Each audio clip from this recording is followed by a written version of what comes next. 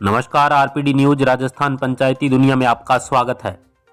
प्रतापगढ़ जिले की पीपल खूंट पंचायत समिति के अंतर्गत ग्राम पंचायत बावड़ी की वर्तमान सरपंच श्रीमती संजा देवी व उनके प्रतिनिधि खातूराम ने अपने बीत चुके कार्यकाल में पंचायत के किन किन मुद्दों को प्राथमिकता दी है एवं अब शेष बचे कार्यकाल में पंचायत के किन विकास कार्यों को धरातल पर लाकर विकास की क्रांति लाएंगे। आइए सुनते हैं आरपीडी न्यूज सह संपादक किशन सोलंकी की यह मुलाकात एक खास शख्सियत के साथ। आरपीडी न्यूज से किशन सोलंकी।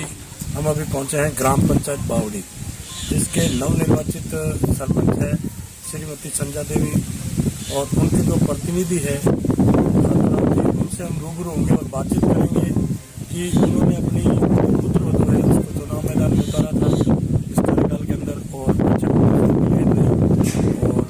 वर्तमान में सरपंच पद पे हैं उनकी जो पुत्र वधू है और प्रतिनिधि ये खुद कर रहे हैं खातूराम जी। इनसे रूबरू होंगे और बातचीत करेंगे कि ऐसी क्या पंचायत की जो समस्या थी जिनको लेकर आपने इनको चुनाव मैदान में उतारा, जनता ने चुना। आज ऐसी क्या समस्या है जिनको आप निवारण करवाना चाहते हैं और ऐसे क्या कार्य हैं जिनको आपने ग्राम पंचायत स्तर पे किए हैं। तो खातूराम जी नमस्कार। नमस्कार। तो सरपंच साहब, पहले तो आप अपना एक राजनीतिक परिचय बताइए थोड़ा सा। सर, राजनीतिक परिचय में पहले शुरू से तो मेरे बाप दादा कांग्रेस पार्टी के थे। बिल्कुल बिल्कुल। तो कांग्रेस पार्टी में रहते हुए काम हमारा आज दिन तो कोई धरातल पे उतरा है। बिल्कुल बिल्कुल। तो फिर मैंने भारतीय जनता पार्टी का दामन थाम लिया। ठीक है। थामने के बाद फिर हमें ये सुना इलेक्शन आ गया। बिल्कुल। इलेक्शन आने के बाद में हम चुनाव में उतरे। चुनाव बहुत तकड़ा हमने चुनाव गेम खेले। गेम खेलने के बाद फिर हमने चुनाव जीत के। बिल्कुल बिल्कुल। बहुत ही अच्छा। तो अभी वर्तमान में आपके पुत्र वधू सरपंच पद पे है। जी। तो जैसे अभी आपने अपनी पुत्र वधू को यहाँ सरपंच पद पे जनता ने चुना है, अच्छे वोटों से आपका मान सम्मान किया है लोगों ने, तो ऐसी क्या समस्या थी जिनको लेके आप चुनाव मैदान में उनको उतारना पड़ा और आज आप इस पद पे हैं? ग्राम पंचायत की मुख्य समस्या क्या थी जिनका आप निवारण करवा रहे हैं? सब हमारे वर्षों से हमारी मांग थी जी। जो हमारे घंटाली जो सामग्री राशन लेने के लिए बिल्कुल इतनी बड़ी समस्या थी कि पूछो ही मत। बिल्कुल। तो उस हमने चुनाव जीतने उतारने के कारण ये इराक में जब चुनाव जीतते हैं तो ये राडिया वाला रपट पुल घंटाली जाने वाले रास्ते पर हम बनाए। बिल्कुल बिल्कुल। यूँ करके हमने कार्य प्रगति पे चल रहा है। जी जी। और एक हमारे जब यहाँ से सीधा डोंगना वानी होके सालमगढ़ जाने वाला रास्ता था, बिल्कुल, वहाँ इतनी समस्या थी कि पूछो ही मत। नाले में पैदल चलते थे लोग जी और गाड़ियां नहीं जाती थी। उस जगह मैंने 4 पुल बनाए इस रोड पे और मैंने कंप्लीट कर दी। बिल्कुल। इस मुद्दे पे चुनाव लड़ा और जो भी सरपंच पहले इतने साल से बनी बिल्कुल कोई कार्य नहीं किया। जी जी। हमारे जब डुंगनावानी से चुनाव लड़ते लड़ते आए और 25 साल हो गए। 2 सरपंच 9 में 2 बार 9 में रह गए, 2 बार घोटना भी रह गए, तो भी हमारे विकास कोई बावड़ी नहीं हुआ। इसके वजह से ये चुनाव में उतरना पड़ा। बिल्कुल। और मैंने सब कार्य कराए। अभी मैंने उप स्वास्थ्य केंद्र खुलवाया तो ये काम चल रहा है। बिल्कुल। आज की तारीख में कार्य पद्धति पे। और इस प्रकार के मैंने 6 रोडें निकाली पीडू अपने नरेगा से। जी जी। नरेगा कन्वेजन में तो 6 इंटरलॉकिंग है जी। वो भी 2 गोटला है, 3 बावड़ी में है। बिल्कुल। और इस प्रकार के मैं कार्य कर रहा हूँ। बिल्कुल बिल्कुल। बहुत ही अच्छा। तो जैसे सरपंच साहब एक बात करते हैं कि अपने राजनीतिक कैरियर की और राजनीतिक स्तर की, तो जैसे अभी मौके पे अपने विधायक हैं और प्रधान भी है कांग्रेस पार्टी के, और देखें तो यहाँ लोकल मंत्री भी है, अपने सिंचाई मंत्री यहाँ के हैं और टीएडी मंत्री यहाँ के हैं, तो उन्होंने आपका महत्वपूर्ण सहयोग किसका रहा आज दिन तक? आपके ग्राम पंचायत में किसने आपको मान लो आपका दामन थामा? यहाँ तो साहब देखो, हमारे लोकप्रिय विधायक धीरेन्द्र नीनामा जी जब भी हमें फोन पे रात को 12 बजे फोन करते, रात को 12 बजे आके जो भी काम कहते वो काम करने के लिए तैयार है। बिल्कुल बिल्कुल। जो भी ये कार्य अभी प्रगति पे चल रहा है, पेमेंट उन्होंने दिया। बिल्कुल। और वो उनका बदौलत है जी। और जब हमें हमारे प्रधान जी से तो कोई ऐसा कुछ भी नहीं, वो आज भी पार्टी की बातें करते हैं। बिल्कुल। और जब टीआईडी मंत्री है अर्जुन जी तो वो भी इस प्रकार के, मालिया जी है, ये भी है, कभी पार्टी राज्य सरकार की बातें करते। साहब हमें भारतीय जनता पार्टी के इस प्रकार के करके हमारे को दर कर रखे हैं। जी जी। और हमारे विधायक लाडले हैं हरिंदर नीनामा जी, बहुत पैसे दिए उन्होंने, अच्छा काम भी कर रहे हैं साहब, और जनता के बीच में जाके मिल रहे हैं। जब जन आक्रोश रैली निकली उस दिन 10 दिन तक रैली चली, बिल्कुल, कभी घर पे नहीं गए वो। जी जी। जब नाइट होल्ड जो आक्रोश रैली रही उसके साथ ही रहे, मेरे घर पे भी रात को आए तो उसी दिन यहीं रहे, भजन हरि कीर्तन किए हमने, और मस्त हाल में रहे, सोए, सुबह उठ के फिर हमने वापस रैली रवाना की। बिल्कुल बिल्कुल, ये बहुत ही अच्छा कि यह भी एक बहुत बड़ी देखने को एक समस्या आ रही है सामने कि जैसे वर्तमान सरकार जो कांग्रेस की है, और कहीं जगह बात इनकी नहीं है कि बहुत सारी जगह ऐसे जो सरपंच है, जनप्रतिनिधि है, जो भाजपा पार्टी से बिलोंग करते हैं, और तो उनके साथ कई जगह ऐसा भी किया जा रहा है कि पार्टी पक्ष के को नजरिए में रखते हुए उनके साथ विकास में भेदभाव होता जा रहा है। कई जगह बहुत सारी समस्या आ रही है।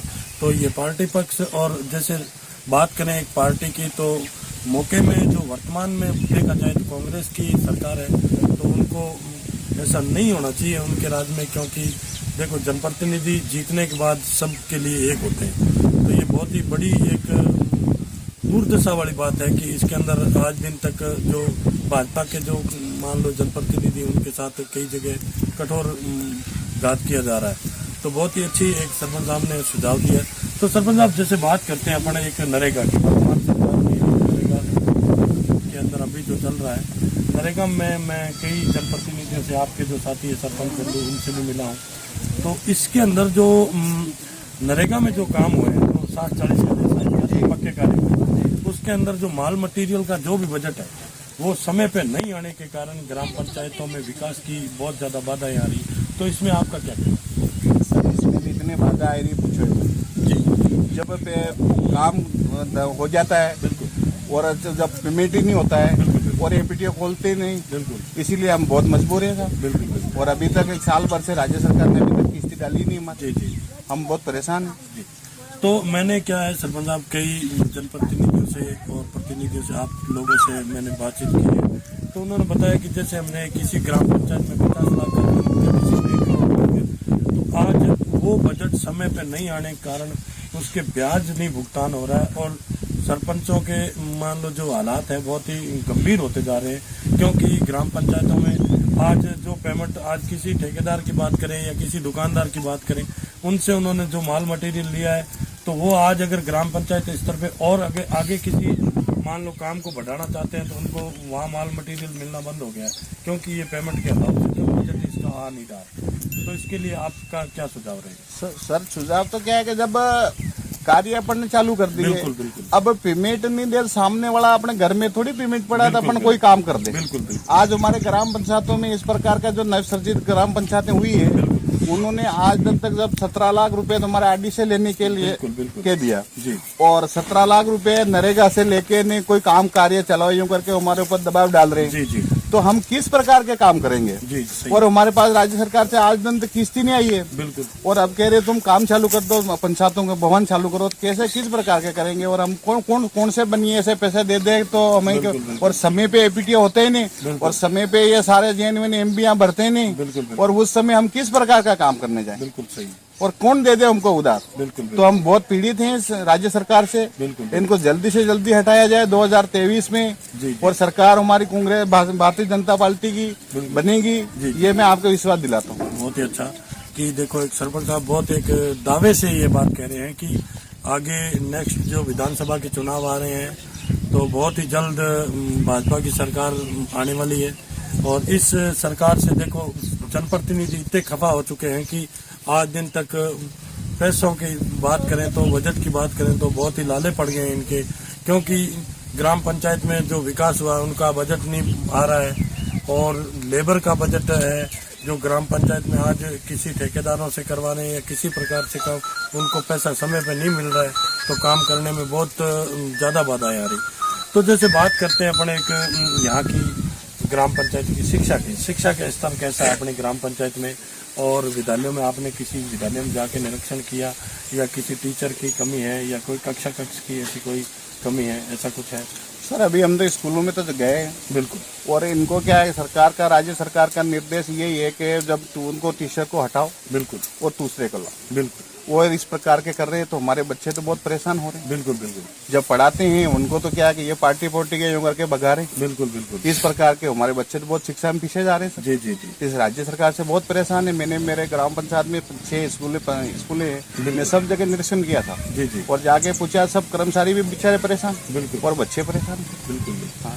ये भी एक बहुत बड़ी उपलब्धि है कि देखो कि आज शिक्षा के अंदर भी भेदभाव हो रहा है, राजनीतिक एक दृष्टि से देखा जा रहा है शिक्षा को भी। शिक्षा के अंदर देखो अभी जैसे सरपंच साहब बता रहे हैं कि आज किसी प्रकार से कोई भी टीचर को लाया जाता है तो उसे समय पे टिकने नहीं देते और बच्चों के साथ भी भेदभाव हो रहा है। तो ये बहुत ही एक शर्मनाक बात है कि इसको अपन ये मान सकते हैं कि बहुत ही एक दर्दनाक ये हो रहा है। तो इसके साथ ही हमारे साथ और जैसे सरपंच साहब खातूराम जी, उनसे और भी जैसे जानकर, तो किसानों की और यहाँ की सिंचाई की स्थिति कैसी है ये थोड़ा बताएंगे। सर सिंचाई तो क्या है कि जब हमारे यहाँ पानी की बिल्कुल किल्लत पड़ी, बिल्कुल जब हमने अभी भी हम जाके जो प्रतापगढ़ जमल जिले से अपने मगोरिया बांध के गेट खुलवा के अभी आज की तारीख में पानी पिलाया, बिल्कुल अभी बिल्कुल सूखने की स्थिति हो गई। रात में बिल्कुल पानी नहीं। जी हमारी यही मांग है सरकार से और हमें सबसे बिल्कुल कि जल्दी हमारे ये पानी खोला जाए, मगोरिया बांध के हमारी सिंचाई हो सकती है। जी और अभी इतनी किल्लत पड़ गई राज्य सरकार में कि जब हमारे को खाद नहीं मिला सर बिल्कुल समय पे, आज जब 300-200 रुपए का कट्टा, 250 रुपए का, वो 500-550 रुपए ले रहे हैं। बिल्कुल बिल्कुल और डीएपी खाद के सर 1200 रुपए की जगह 2000-2200 रुपए ले रहे हैं। इस प्रकार के बहुत सारे परेशान है। कल हमारे जब ये बावड़ी से कोई खाद लेने के लिए पीपलपुर जा रहे थे परसों रोज के बाद, तो उसमें दोनों माँ बेटे और एक भाई का लड़का था, वो अचानक ट्रैक्टर आने खाद लेने जा रहे थे, अचानक ट्रैक्टर आने से उसका एक्सीडेंट हो गया, 2 हाथ पैर टूट गए। इस प्रकार की हमारे राज्य सरकार के खातिर हमको भुगतना पड़ता है। आज हमारी जान जोखिम में डाल। देखो बहुत ही एक महत्वपूर्ण सुझाव है ये कि आज यह जो बेल्ट है किसान वर्ग का बेल्ट है और ये पीछे सभी किसान भाई जुड़े हुए हैं और किसान खड़े हैं यहाँ। वर्तमान में एक सरपंच का पद देखा जाए तो एक धरातल से जुड़ा हुआ होता है और किसान उनसे बिल्कुल अटैचमेंट रहते हैं हर 24 घंटे के लिए। तो आज किसानों की शिकायत सरपंच साहब को यही है कि ये किसान खड़े हैं कि आज जो बैग 270 रुपए का यूरिया का आता है वो किसान 500-550 रुपए में खरीद रहा है, और जो बैग 1300-1350 रुपए का डीएपी का आता है वो किसान 2000-2200 रुपए में प्राइवेट डीलरों से खरीद रहा है। क्यों? कि उनकी एक मजबूरी हो गई, खेती करनी है उनको, खेती नहीं करेंगे तो इनका पालन पोषण कैसे होगा। तो ये भी एक बहुत बड़ी नाकामयाबी बताई जा रही है कि सरकार द्वारा खाद की बहुत ज्यादा किल्लत है, इसको भी नहीं दूर किया जा रहा। तो एक बहुत बड़ी उपलब्धि है। जैसे अभी बताया कि जो यहाँ ग्राम पंचायत बावड़ी के जो लोग हैं वो आज पीपलखूंट, अदरवाइज प्रतापगढ़, सुहागपुरा कहीं भी XYZ खाद के लिए जा रहे हैं तो उनके साथ घटनाएं भी हो रही है। आज किसी गरीब परिवार का एक्सीडेंट हुआ है तो बहुत एक दर्दनाक घटना हुई है। ये एक बहुत ही दर्दनाक, देखने के लायक ये ऐसी घटना है कि ये ऐसा काम क्यों हो रहा है, क्योंकि आज राज्य सरकार है जो इस पे संज्ञान नहीं ले रही है। खाद बीज की बहुत ज्यादा किल्लत है। यहाँ की बात करें और अदर राजस्थान की करें तो भी खाद की बहुत ज्यादा किल्लत है। तो अब भी जैसे बात करें सरपंच साहब, नव वर्ष भी आ रहा है, कल 2023 लग रहा है और आगे मकर संक्रांति भी आ रही है, 26 जनवरी भी आ रही है। तो आप अपने ग्राम पंचायत देशवासियों और ग्राम पंचायत के क्षेत्र में क्या संदेश देना? संदेश तो ये कि नया साल आ रहा है, बिल्कुल, और बहुत धूमधाम से के साथ में हम नया साल मनाएंगे। बिल्कुल, और अगली दीपावली के पहले तोहफा सरकार, राज्य सरकार बनने जा रही है। बिल्कुल, ये हम पूरे ग्राम पंचायत को और पंचायत समिति को तहसील स्तर, जिले स्तर पे हम आवाज उठाएंगे और इनका मनोबल बढ़ाएंगे और सबको कार्यकर्ताओं को टाइट करेंगे।